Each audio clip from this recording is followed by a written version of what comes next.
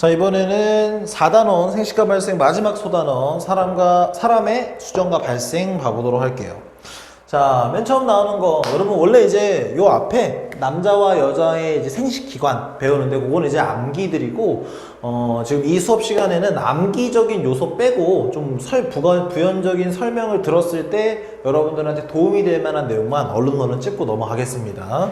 자, 먼저 정자예요. 정자 같은 경우에는 핵 유전 정보가 여기 들어있습니다. 여러분 전 시간에 감수 분열하면서 이 애는 46인 녀석이 결과적으로 반쪽짜리가 돼서 숫자가 감소해요. 염색체의 숫자가. 그래서 n은 23이 만들어졌죠. 요 23개에 해당하는 정보가 여기 안에 들어가 있는 겁니다.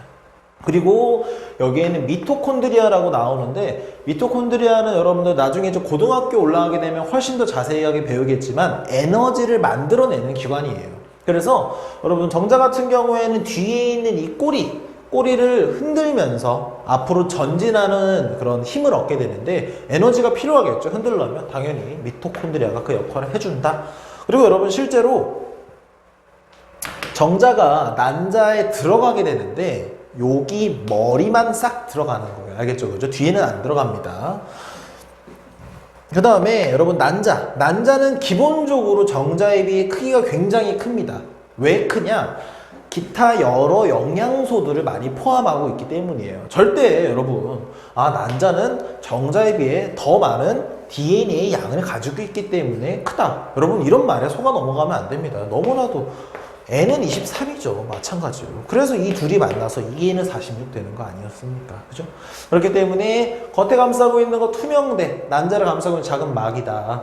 여러분 저런 막들이 정자 같은 경우에는 몇억 마리가 동시에 이제 난자와 만나게 되는데 그게 한꺼번에 너무 많이 들어가면은 사람은 되게커녕 이상 정상이 아니기 때문에 하나만 싹 들어가기 위해서 일단 막아둔 막이에요. 세포질 여러분 굉장히 쉬운 말이라 그랬죠. 핵이라는 부분을 뺀 나머지 부분을 일컫는 말이다. 그게 세포질이다. 그런데 영양분을 지금 여기에다 다 담아두고 있는 상태라는 거예요. 훨씬 큽니다. 핵 그리고 유전물질이 들어있다. 당연히 염색체 23개의 분량이 그 안에 들어있겠죠. 됐습니까? 그 다음에 이제 여성의 생식 주기에서는요, 여러분 월경과 배란. 여러분은 배란이라는 게 뭡니까? 난자가 배출되는 게 배란이에요. 그럼 어디서 배출이 되느냐? 바로 난소라는 곳입니다. 난소라는 곳에서 난자라는 녀석이 배출이 되게 되고요. 그리고 배출한 시기로부터 약 14일 후에 월경이 일어나게 돼요. 그러면 월경이 있다가 또 14일 후에 다시 배란이 일어나고 그 다음에 월경이 일어나고 이게 14일 주기로 계속해서 반복됩니다. 그래서 무슨 말이냐? 한 번 배란돼서 월경까지 14일이니 그 다음 배란이 또 14일이죠. 그러면 배란에서 배란까지는 28일. 또 월경에서 월경까지도 28일이 된다는 소리예요.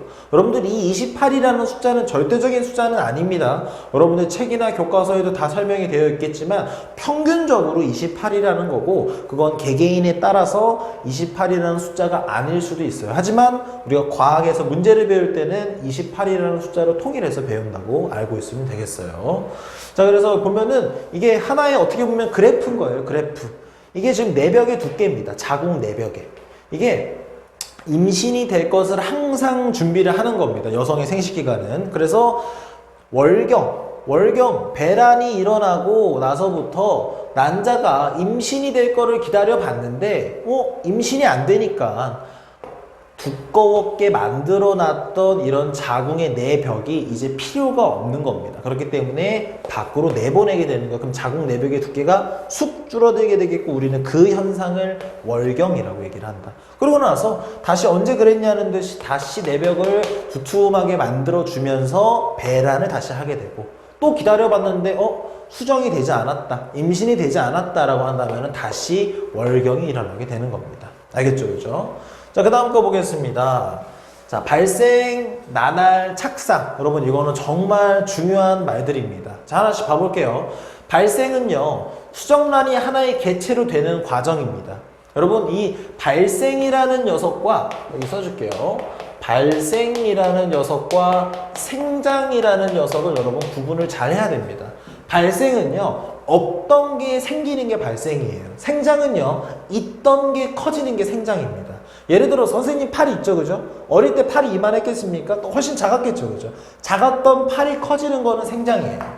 발생은요, 여러분 정자 난자 만나서 수정란 하나 되는데 요 녀석이 하나의 인간이 된다라고 생각을 해보십시오. 없던 뼈도 생겨, 없던 눈도 생겨, 없던 뇌도 생겨, 없던 피부도 생겨. 그런 것들이 다 발생이라는 거예요. 하나의 개체, 한 마리가 되어가는 과정이 바로 발생이다. 난할. 굉장히 중요하죠. 자, 여러분 실제로 여러분 여기에서 난소에서 난자가 배출되게 되면은 정자랑 만나는 곳을 대부분 이런 자궁이라는 요 장소에서 만난다라고 착각하는데 아닙니다. 거의 난소의 근처에서 수정이 일어나게 돼요. 그러니까 정자가 일로 들어와서 이만큼 따라가서 난자를 만나게 되는 것입니다. 그러면 어떻게 되는 것이냐? 수정은 여기서 했어요. 그러면 정자라는 녀석과 난자라는 녀석이 만났으니까 수정란이 됐겠죠? 그러면 그 수정란은 착상이라는 것을 해야 됩니다. 딱 안정적인 위치에 가서 딱 앉아야 돼요.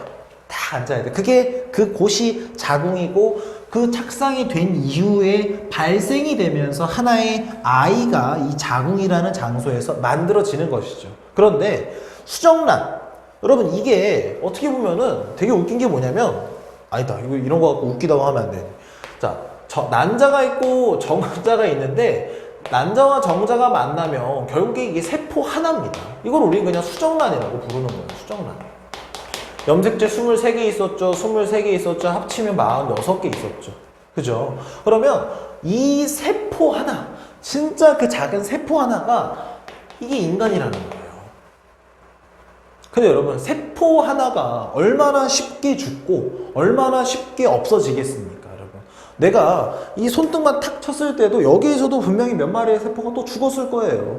여러분들 막 머리 때리면 머리 나빠지니까 뇌세포 죽으니까 그렇죠? 세포가 죽잖아요. 그죠?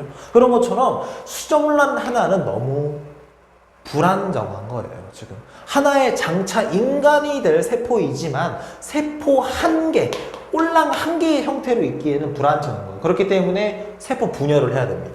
어떤 분열을 해야 되느냐? 당연히 개수를 늘리는 체세포 분열이라는 거를 하고 싶은데 문제는 뭐냐? 여러분 체세포 분열 앞 강의에서 이런 얘기 했었어요. 요 녀석이 두 개로 나눠지면 덩치가 작아진다. 그런데 이 작아지는 녀석이 다시 원래의 크기로 커지는 시기가 간기라는 시기에 이런 과정도 들어가 있다. 세포가 커진다, 생장한다 라는 얘기가 거기 있었어요. 그런데 여러분 한번 생각을 해보십시오. 생장을 하려면 영양분을 공급을 받아야 할 거 아닙니까? 그런데 지금 수정란은 여기서 수정돼서 지금 자궁이라는 곳까지 이동을 해야 되는 이동 중이기 때문에 영양분을 조달받을 수가 없어요. 그렇게 되면 결국에 이 수정란 안에 있는 영양분으로만 어떻게든 세포 분열을 이어나가야 되는 거예요. 그게 굉장히 독특한 분열인 난할입니다. 난할은요, 수정란이 개수가 늘어나긴 합니다. 세포가 개수가 늘어나요. 하나의 수정란이 이렇게 두 개로 됩니다. 하나 세포, 두 개 세포. 이게 또 나눠져서 이렇게 돼서 3개 되고 4개 되는 거예요. 무슨 말이냐? 전체 크기는 일정합니다. 왜? 영양분을 추가적으로 공급받기가 어려운 환경이기 때문에 계속해서 이동 중이기 때문에 영양분을 공급받기가 어려워서 세포 하나하나의 크기가 원래의 크기처럼 커질 만한 시기는 아니에요. 그런 환경이 되질 않습니다. 그렇기 때문에 나날이라는 단계는요, 세포 분열을 거듭하면 거듭할수록 세포 하나의 크기, 이 전체의 크기는 그대로고 또 그 안에 하나하나의 크기는 점점 작아진다라는 거. 그래서 세포 분열에서 점점 개수가 많아지면 상실배라는 시기와 포배라는 시기를 막 거칩니다. 그리고 우리가 얘기하는 이 포배라는 시기일 때 드디어 착상이 일어나게 되는 거예요. 알겠죠? 그죠? 자, 그 다음에 쌍둥이 한번 얘기해 봅시다. 일란성, 이란성. 여러분, 저기에서 얘기하는 란란이 수정란 얘기하는 겁니다. 수정란. 그럼 일란성 쌍둥이라는 건 하나의 수정란에서 출발을 하는 것이고, 이란성은 두 개의 수정란. 그 말은 즉슨 무슨 말이겠어요? 두 개의 난자와 두 개의 정자. 아니 선생님, 정자가 두 개인 건 납득이 됩니다. 왜냐면 몇 억 개가 있으니까 한꺼번에. 그러면은 난자는 어떻게 두 개입니까? 여러분 그게 여성의 생식주기가 완전히 평생 항상 규칙적이지는 않을 수도 있어요. 그렇기 때문에 난자가 뭐 한꺼번에 두 개가 배출되는 경우도 있습니다. 그래서 이런 경우에는 이란성이라고 볼 수 있죠. 그러면 일란성 쌍둥이는 여기서 나나를 시작을 해요. 그러면 아까 앞에서 봤던 이 세포기, 그러니까 세포가 두 개로 돼야 되는데 이게 한 덩어리로 붙어 있어야 되잖아요. 그죠? 하나로 붙어 있어야 되는데 이게 떨어져 버립니다. 떨어져 버려서 약간 좀 느낌이 아차하는 거예요. 수정란도. 떨어졌어. 그럼 야, 우리 어떻게 해? 아니 모르겠다. 야, 너 사람 하나 해. 나도 사람 하나 할게. 이렇게 되는 거예요.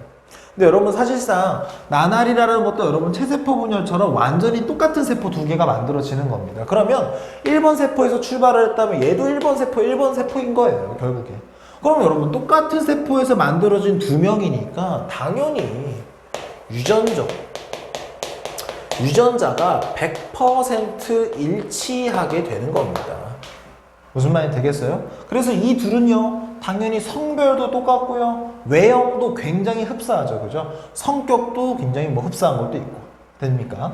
자, 이란성 같은 경우에는 각각의 다른 정자와 난자가 따로따로 만나서 만들어져서 따로따로 하나의 사람이 되는 것이기 때문에 성별은 물론이거니와 아예 다른 사람 두 명이 태어나는 거예요. 그렇기 때문에 사실상 여러분들이 주변에 이란성 쌍둥이가 있다면 그거를 알아채는 데까지 시간이 오래 걸렸을 겁니다. 왜냐면 본인이 얘기하지 않으면 잘 몰라요. 그냥 여러분 왜 쌍둥이끼리도 왜 먼저 태어나면 형, 뭐 오빠, 누나, 언니 하지 않습니까? 그런데 이란성도 서로 만났을 때 그냥 오빠 혹은 언니, 뭐 형 이렇게 부르면은 동갑내기 쌍둥이인 줄 몰라요, 여러분. 왜? 완전 다른 사람 두 명이니까 완전 다른 수정란에서 출발되는 거기 때문에 그러면 어떻게 보면은 이 둘은 유전자가 전혀 일치하지 않겠죠. 물론 같은 부모 아래에서 같은 엄마의 두 개의 난자와 아빠의 두 개의 정자가 만난 거기 때문에 어느 정도는 비슷하겠지만 성별도 다를 수 있고 좀 다를 수 있어요. 알겠죠? 그죠? 요런 게 쌍둥이. 그 다음에 여러분 태반입니다. 여러분 태반이라는 기관은 아이와 엄마가 뱃속에 있는 태아와 그 다음에 엄마 사이에서 주고받는 거예요. 물질을 교환하는 장소가 바로 태반입니다. 근데 여러분 뭐가 왔다 갔다 하고 뭐는 어디서 어디로 가고 여러분 뭐가 필요한지를 잘 생각을 해봐야 돼요. 여러분 태아는요 당연히 뭘 필요로 하겠습니까? 당연히 산소를 필요로 할 겁니다. 그죠? 그리고 영양분을 필요로 하겠죠. 맞죠? 그러면 태아한테 산소를 주고 영양소를 줘야 돼요. 그러면 태아는 이걸 가지고 안에서 에너지를 열심히 만들고 세포 분열 열심히 하면서 계속해서 완성된 인간으로 점점 더 발전되겠죠. 그죠? 그럼 그런 과정에서 산소를 쓰기 때문에 이산화탄소가 만들어지고 그리고 영양소를 썼기 때문에 노폐물이 만들어질 겁니다. 무슨 말이 됩니까? 그러면은 엄마는 이런 것들을 자손한테 넘겨주는 것이고 아이는 이런 것들을 다시 가져가 주세요 엄마 하면서 엄마한테 다시 주게 되는 거예요. 알겠죠? 그죠? 자, 그런데 여러분들이 착각하면 안 되는 건 이런 물질들이 피를 타고 전달이 되는데 절대 피끼리 섞이는 게 아닙니다. 여러분 참고로 혈액형이 부모님과 엄마와 내가 같지 않을 수도 있어요. 물론 같다면 또 이런 걸 얘기하는 데 있어서 또 잘 들어맞지 않을 수도 있겠지만 혈액형이 다른 경우 다른 사람의 피가 섞였다? 혈액형이 다른 사람 둘이서 죽습니다. 여러분. 아이가 죽을 수도 있어요. 그러니까 여러분 피는 절대 직접 이렇게 피가 섞이는 게 아니라는 거. 그러면 어떻게 물질이 이동합니까? 바로 확산이라는 원리에 의해서 이동을 한다는 거 꼭 알아주시고 혹시나 학생들 중에 동맥, 정맥 너무 헷갈린다 라고 한다면 이거 생각합시다. 여러분 동맥이라는 게 뭐예요? 심장을 기준으로 피가 나가는 길을 동맥, 피가 들어오는 길을 우리 정맥이라고 얘기하죠. 그죠? 맞죠? 그죠? 그러면 잘 생각해 보십시오. 엄마는 심장에서 피를 보내서 태반으로 가겠죠. 그러면 모체의 동맥이라는 곳에 뭐가 들어있겠습니까? 산소, 영양소들을 이끌고 왔겠죠. 태반으로. 그러면 모체의 정맥은 뭐겠어요? 정맥은 심장으로 돌아간다는 거 아니에요. 그죠? 그럼 다시 돌아가려면 노폐물이랑 CO2, 이산화탄소 챙겨서 다시 돌아가겠죠. 아이도 마찬가지의 맥락으로 생각해 보면 되겠다. 되죠? 그죠? 그러면은 여기까지 하면은 아니다. 하나 더 있다. 아, 죄송합니다. 자, 태아의 발달 과정입니다. 여기에서는 다른 것보다도 여러분들한테 챙길 건 하나. 자, 여러분 8주. 8주를 기준으로 생길 거는 다 생겼습니다. 물론 그 녀석이 완전한 형태와 기능을 갖출 때까지는 어느 정도 시간이 좀 더 걸리겠지만 8주 정도면 어느 정도 다 만들어져요. 그래서 8주를 기준으로 해서 앞에일 때, 8주 전일 때를 배아, 그리고 다 만들어지고 나서를 우리는 태아라고 얘기를 합니다. 되죠? 그죠? 그 다음에 마지막 출산. 여러분 출산은 수정이 일어난 지 약 226일 후, 38주 후라고 얘기를 해요. 근데 여러분 마지막 월경 시작이에요. 여러분 아까 얘기했었죠. 월경에서 그 다음 월경까지가 28일. 그죠? 월경에서 그 다음 배란까지가 14일이었어요. 그래서 배란에서 그 다음이 또 14일이었죠. 그죠? 그러면 마지막 월경하고 나서 당연히 배란이 일어나서 수정이 일어난 거니까 14일을 여기다가 더해주게 되면 그죠? 280일이라는 숫자가 만들어진다는 거. 되죠? 그래서 이 정도만 체크해주면 되겠습니다. 자, 그러면 이렇게 4단원, 소단원 세 번째 것까지 다 살펴봤고, 네. 뭐, 내신 대비 준비하는 학생들이 이걸 볼 텐데, 열심히 해가지고 좋은 성과 얻으시길 바라겠습니다.